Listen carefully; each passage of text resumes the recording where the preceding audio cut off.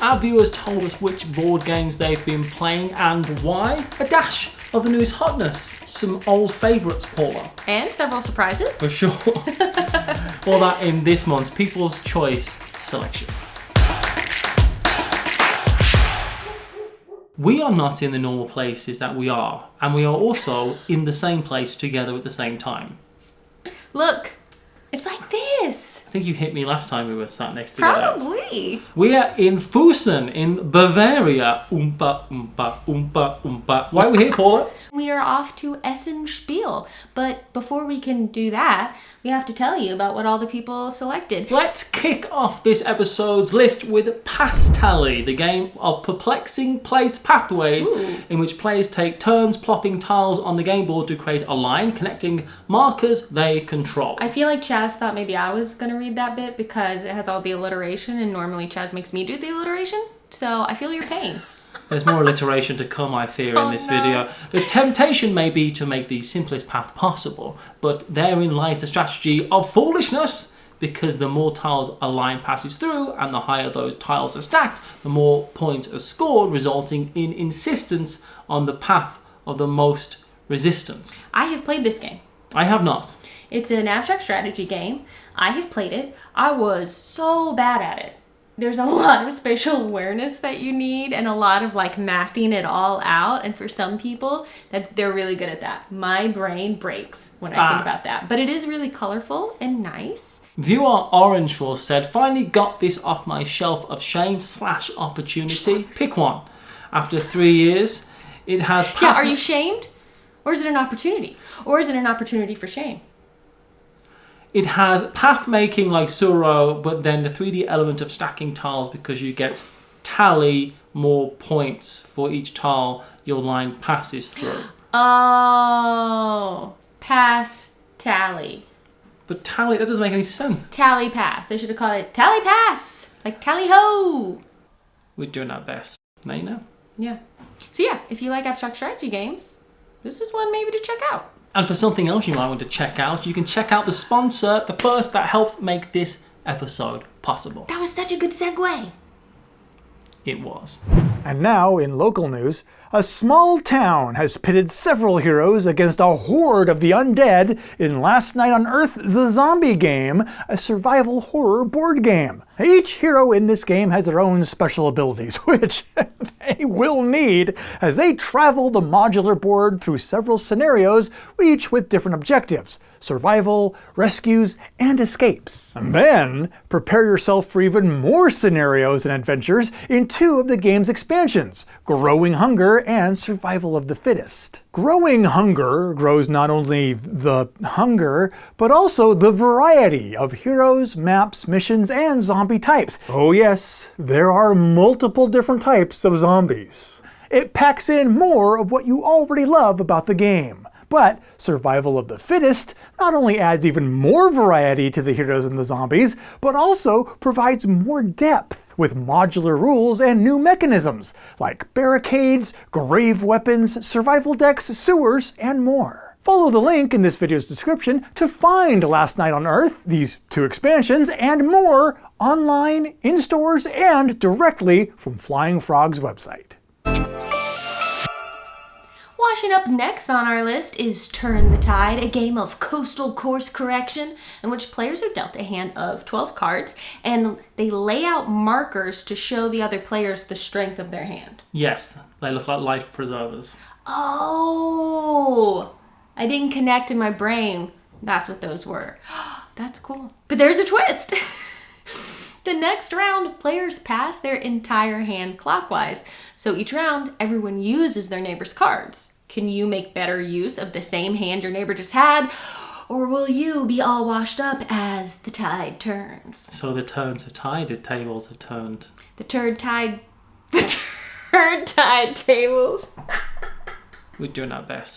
I have owned this game twice. Really? Yes. What? Never played it. How do you keep owning it? There's 2 productions, one's in a bigger box, one's in a much smaller box. I've got the smaller box now because I'm a professional. Right. And it's just one of those card games I've never got played, and people always say it's very reminiscent of his game For Sale, and it just looks great. It's a little German game in a small German box. That's sort of my street. It does look cool. I think it's really interesting that when you have the highest card that's been played out, you have to flip over one of those tokens, which means you don't have use of it anymore. So there's a balance there. And Mark W says, funnier than For Sale, more psychologically nuanced than Six Nimmt. This Stefan Dora hand management gem sees every initial hand passed around round to balance out the look of the draw. Instead, variance comes from the players themselves, as you'll tie your own noose or rescue yourself by outguessing opponents in gameplay reminiscent of the Sneezy scene from The Princess Bride. I'm lost now. I got you here. That's is the poison in front of me or is the poison in front of you? Or are you bluffing because you think the poison is in front of me, but actually the poison is in front of you? I actually own that game. It's called Il Vino Muerte. Yeah. It's a small card game. Yeah, it's basically that. Why does everybody give me Princess Bride references? Oh, I'm the Goblin King. No one cares. That's not Princess Bride. Isn't that Princess Bride? That's the Labyrinth. In our next game, Shot and Totten. 9 boundary stones lie between you and your opponent. This is true. In front of each, you build poker line formations of 3 cards on a side. This is also true, I checked. Whoever plays the highest ranking formation wins the stone. And in a unique twist, you may use your powers of logic to claim a stone even before your opponent has played all 3 of their cards by demonstrating, Paula, that your stone, it's impossible for the player to... Essentially, you've got to play poker hands, and the first person to win 5 stones, or any 3 adjacent stones, is going to win the game. Shot and Totten is really good. It's Battle Line. I have Battle Line. I have never played Shot and Totten, but I've played Battle Line, so I think I have played Shot and Totten. There's some tiny slight changes. Shot and Totten is a brilliant game. It's just below Lost Cities in perfectness. I wonder if I'd be better at it now. I haven't played it in a while. We should play it sometime. You would be terrible at it. Show me your poker face. Exactly. Dennis S. says, finally got this one. Both kids love it. They haven't managed to beat old dad yet in it, though. He didn't actually wink. He left a smiley face, but I felt like that would just look like me smiling. So instead I winked. Sorry, Dennis, for not properly representing your quote. And when they finally do beat you, it's out of the house for them. They're big enough and strong enough to fend for themselves. They're grown up now. They're grown up now. They don't need you. That's how it worked in my household. That explains a lot.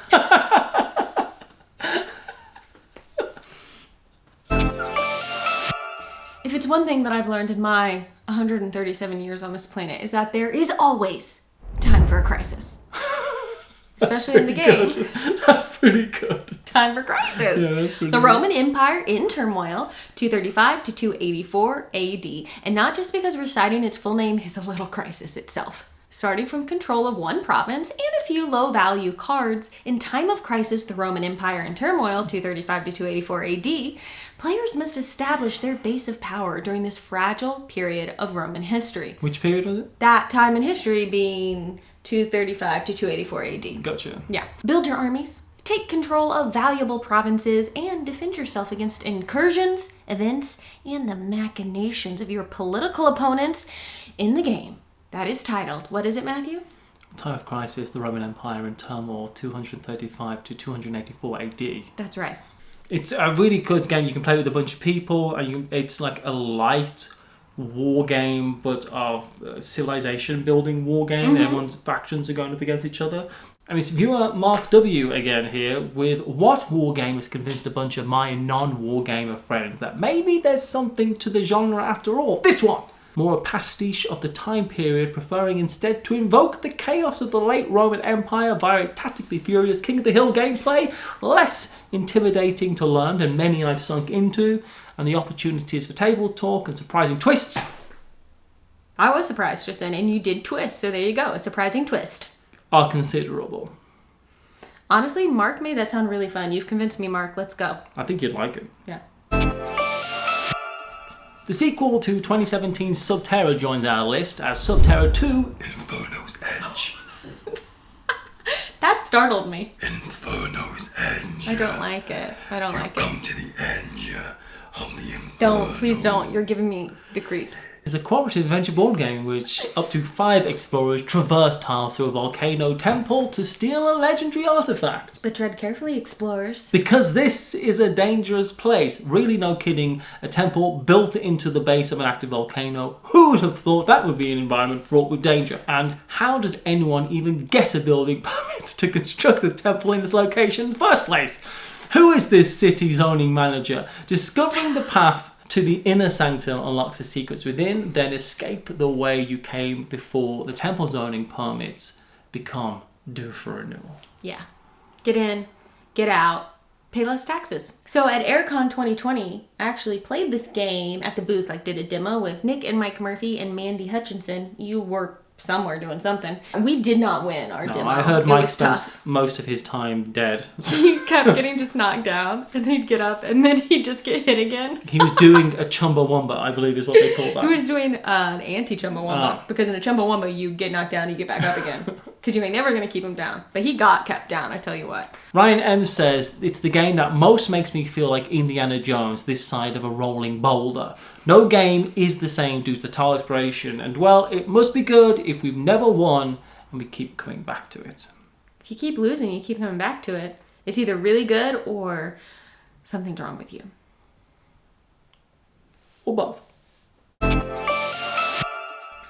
Hey Matthew, did you know that another item attracting our audience's attention is the Princes of Florence, where players attract artists and scholars to their palace while trying to become the most prestigious family in Florence. Hey, if you're already starting the game with a palace, prestige probably isn't something you're short on. Regardless, over 7 rounds, players attempt to score points in various ways, with most points being earned by playing profession cards to generate work points, which can be exchanged for money or victory points. But the minimum requirement of work points increases each round, and players must meet that threshold in order to continue scoring and eventually claim victory. This looks like a great Euro. It's been redone by WizKids, I believe. And this was in that line of really great classic Euros, and this one got remade, as many of that line have got remade. Mm-hmm. That's right. And Drew A says, after Rodney did a tutorial, there we go, I knew this game was for me. A lovely new addition with simple but meaningful choices that encourages competition, but with no negative interactions. I've yet to encounter a Wolfgang Kramer design I didn't enjoy, and this is no exception, says Drew. Do you know what else we say? Thanks to the next sponsor for being a sponsor. Enjoy this ad. At your next game night, there's no better game to make a priority than the Game Priorities from Clarendon Games. Priorities is a party game of extreme truths and absurd choices. Its premise is simple. Save the cheerleader, save the world. No, that is something else. Fortunately though, Priorities is even simpler and won't require 4 seasons to get through. Instead, ask yourself this. How would you rank 5 random items from love to loathe? For example, how would you rate friendship, Taylor Swift, climate change, kittens, and the 1986 movie Space Camp? Got your answer? Good, because the other players now try to predict the order that you've ranked the items. It's everyone, whether families or adults, versus the game. Follow the link in this video's description to find Priorities, which is available now at the nearest Target store. There's probably one right next to you, perhaps even sneaking up behind you. So go pick it up and then make playing Priorities a priority at your next group gaming get-together. Welcome now to the city of Ankh-Morpork, resting snugly within the land of Terry Pratchett's Discworld. In this bluffing and deduction card-driven board game, Lord Vetriani has disappeared, and different factions are trying to take control of the city. Each player has a secret personality, like me. You do have a secret personality. Actually awful. And they also have very specific victory conditions, which means that you're not exactly sure what the other players need to do in order to win. Oh, that's cool. So everyone has their own secret way to victory and you don't know, so it makes it harder to stop the other players. Some people are going to need to have something like 50 gold to win. Some people are going to have a number of these districts with things in. And some people, and it's like certain things on the board. The board's like this beautiful map and there's lots of wooden pieces. And you're trying to have like majorities in over here or have this amount of these type of cards or this amount of money. So you could like bluff a little and Yeah. like not make it so obvious that I'm just going for area control. If Like you- also get some money so that people don't know that they should be blocking you. Even in the rulebook, it says you can't let people know exactly what your strategy is Because because they'll just stop you. they'll stop you or try to stop you. So yeah, this is also one of those hugely sought after thrift shop games because copies of Ankh-Morpork are really expensive. And they come with a whole ham. We don't advise you eat the ham, but we're also not going to stop you We're or not going to judge stop you. Yeah. Viewer All right. Carman Chan. Has written a poem.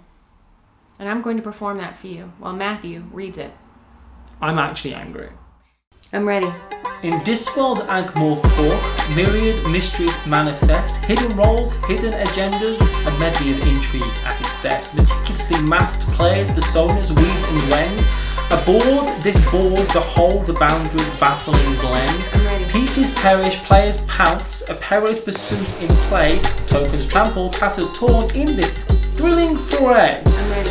We're halfway through. Cards cunningly concealed from the clutched command. Craft chaos, claim control in this crazy card land. I'm ready. Deluxe versions, dreamlike design, so divine, dazzling, detailed and delightful. A deluxe design so fine. Matthew, my mate. I'm ready. I'm going to add a sentence here. Not for long. I'm ready. I'm ready. For his tongue twister jamboree, I offer a playful pardon with no hint of an apology, which is why I'm angry. I'm ready. If you make these any longer, we're going to stop reading them. I'm putting my foot down. Thank you.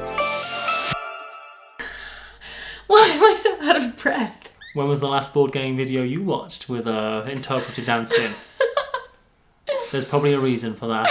Next up is Land and Freedom, the Spanish Revolution and Civil War, a historical political war game in which right-wing army generals have rebelled against the Spanish Republic, aided by Hitler's Germany and Mussolini's Italy. Oh. To save Spain, three factions, anarchists, communists and moderates, must put aside their differences and forge an anti-fascist alliance. Whoa. But can you trust your allies? The answer is no, when your agendas are directly opposed. This game is interesting, and I saw Beyond Solitaire talk about this one, and there's three different factions, and so it's like semi-co-op almost. We should start with some kind of like cartoon like based comic strip. Oh, we could. We could start a cartoon-based comic strip, and it could be called like Almost sometime- co-op. Yeah, almost together. It will never work. And what? Neither of us can draw. It's So, true. but it's You've seen my dancing. it's- You don't want to see my drawing. it's very similar. It's interesting because you want to win, obviously, and you want to get enough of your You don't know your me. tokens into You a don't know what bag I essentially, and the person gets to draw more of their tokens out of that bag by the end of the game has won. But you want to work with the other players to do things to get over the difficult things of the game. But you don't want to work with you don't want to help your opponents too much. So you want to help the communists Right. for a little bit, then you want to help the moderates. But really what you want is for the anarchists to win. Really, what you You're want the is to help anarchist. yourself. Exactly. Harold B says, great 3-player co-op coverage of history that has not been covered in such an innovative way. Mechanics hold everyone's interest until the end. Systems are easy and intuitive once learned. Man, that felt like a caveat at the end. They didn't write it that way. Harold didn't write it that way, but it felt like that to me, so that's how I said it. Oh, it was an intuitive way you read it. That's what I intuited from the quote. I've left this next one to you, Paula, and I'm sure you'll see why. I won't be doing that. That's the sound of a chicken. Just like in this month's next game, chicken. In chicken, players will be... There's an exclamation point, everyone. It's chicken with an exclamation point. Also, Yeah. full disclosure, I did do the voice for the Kickstarter video for this. Oh, And did that's you? the style that I performed it in. So that's here and that's how I'm going to read this. So now we all know. Well, this is the People's Choice list. This is the people's choice. We don't get to pick what the people are playing, No, we don't get to pick what the people are playing. or which pickles the people's pet. Exactly. In chicken, players will be rolling dice each turn, pressing their luck to score more chickens while avoiding ferocious foxes. Players will score points from the chickens they roll, but they will bust and score no points, because that's how busting works, if 3 or more foxes appear across their dice. The first player to reach 25 points wins the game of chicken. Chicken, the game that most other games taste like. If you want a Yahtzee-like experience, but in a way that's just like got a theme, it's lovely to look at. It's a little more like hobby game, right? Because there's more to it. There's terrain in it, Paula. There is. It's quite nice. I liked it. I think it's a good little game. Yeah, it's fun. Drew A says, a game that's almost addictive. At least 4 people have picked it up after they played my copy. It's good, silly, family fun. At least 2 teachers planned on bringing it to their classes. I love that. Yeah. Anchored at the top of our list is Sea Salt and Paper, which challenges players to assemble their hand, place cards for their effect, and decide themselves if they want to end the round when they believe they have enough points to win. Do you stop the round immediately or give the others an extra turn to try and extend the gap? Is it worth taking a risk? Or will waiting cause a time of crisis? Will you turn the tide or are you chicken? Don't let the opportunity win past tally you by Subterra 2.